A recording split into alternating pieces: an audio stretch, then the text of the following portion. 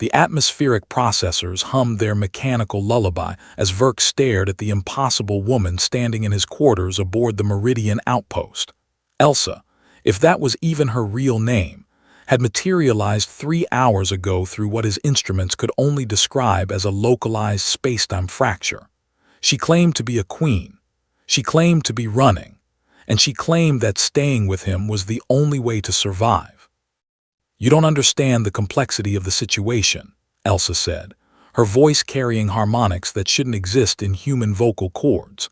Her appearance was human enough, tall, with platinum hair that seemed to refract light in unusual wavelengths. But Verk's biometric scanner had thrown error codes the moment it attempted to classify her physiology. "My people will tear apart this sector of space looking for me." Verk rubbed his temples, feeling the onset of what promised to be a spectacular headache. He was a xenolinguist, not a diplomat, and certainly not equipped to handle interdimensional royalty seeking asylum. "Look, I get it. Political exile, right?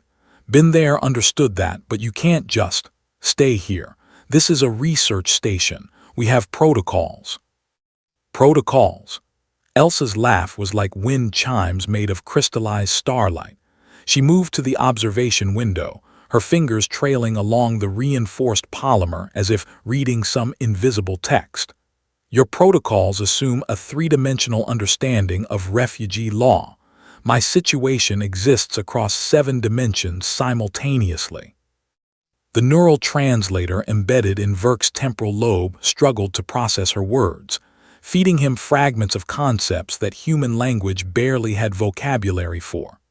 He caught impressions of quantum thrones, of sovereignty measured in probability states, of a crown that existed in superposition across multiple realities.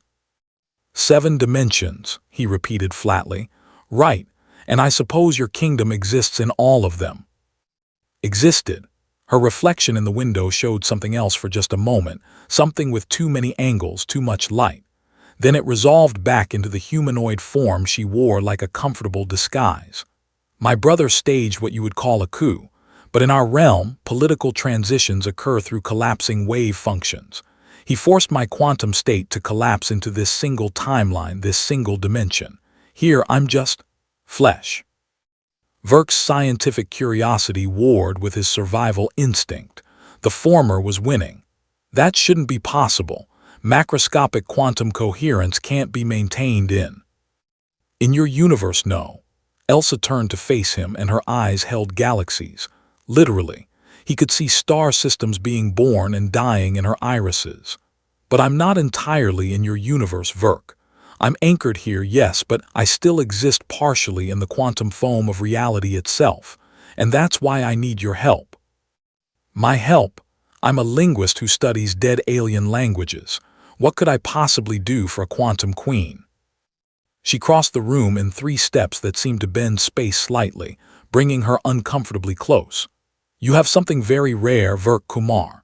You have a mind that can perceive multiple linguistic frameworks simultaneously without cognitive collapse.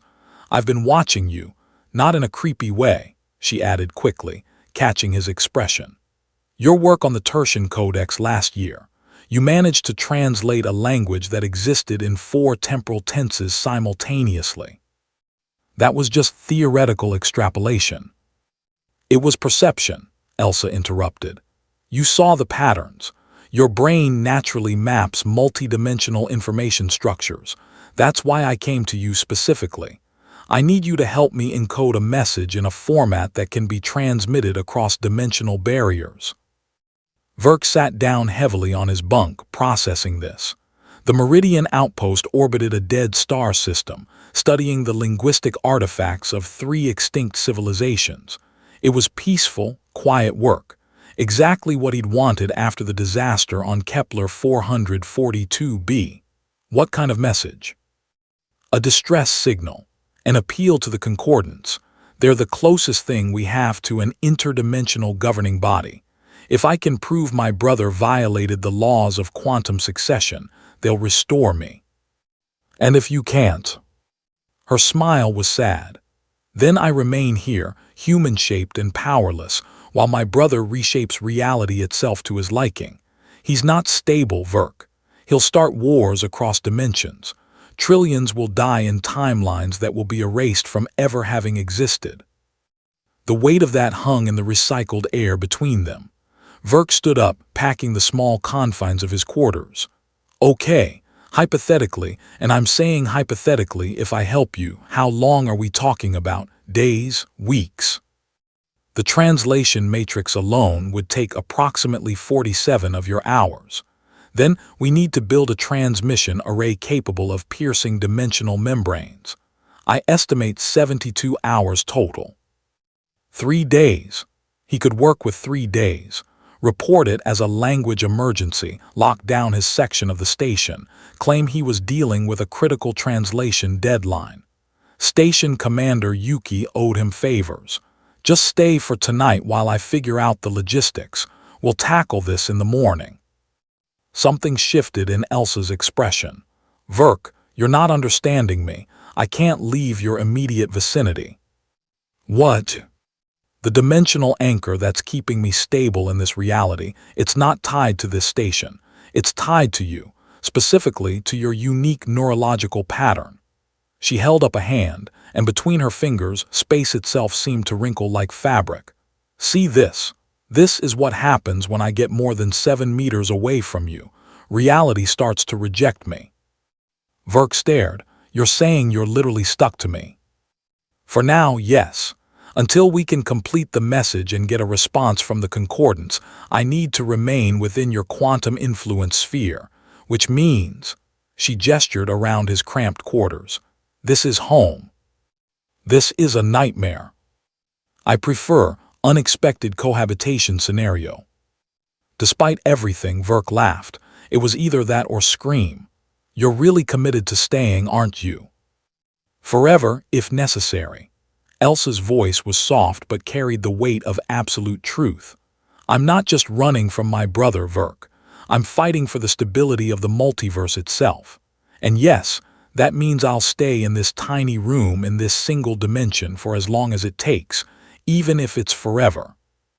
He looked at her, really looked at her, and saw past the impossible physics and the interdimensional politics. He saw someone who'd lost everything, who'd been betrayed by family, who was trying desperately to do the right thing despite the cost. He knew something about that. All right, he said finally, you can stay, but we're setting ground rules. Rule 1, no quantum manipulations without asking first. Rule 2, you take the bunk, I'll take the floor. Rule 3. We work together.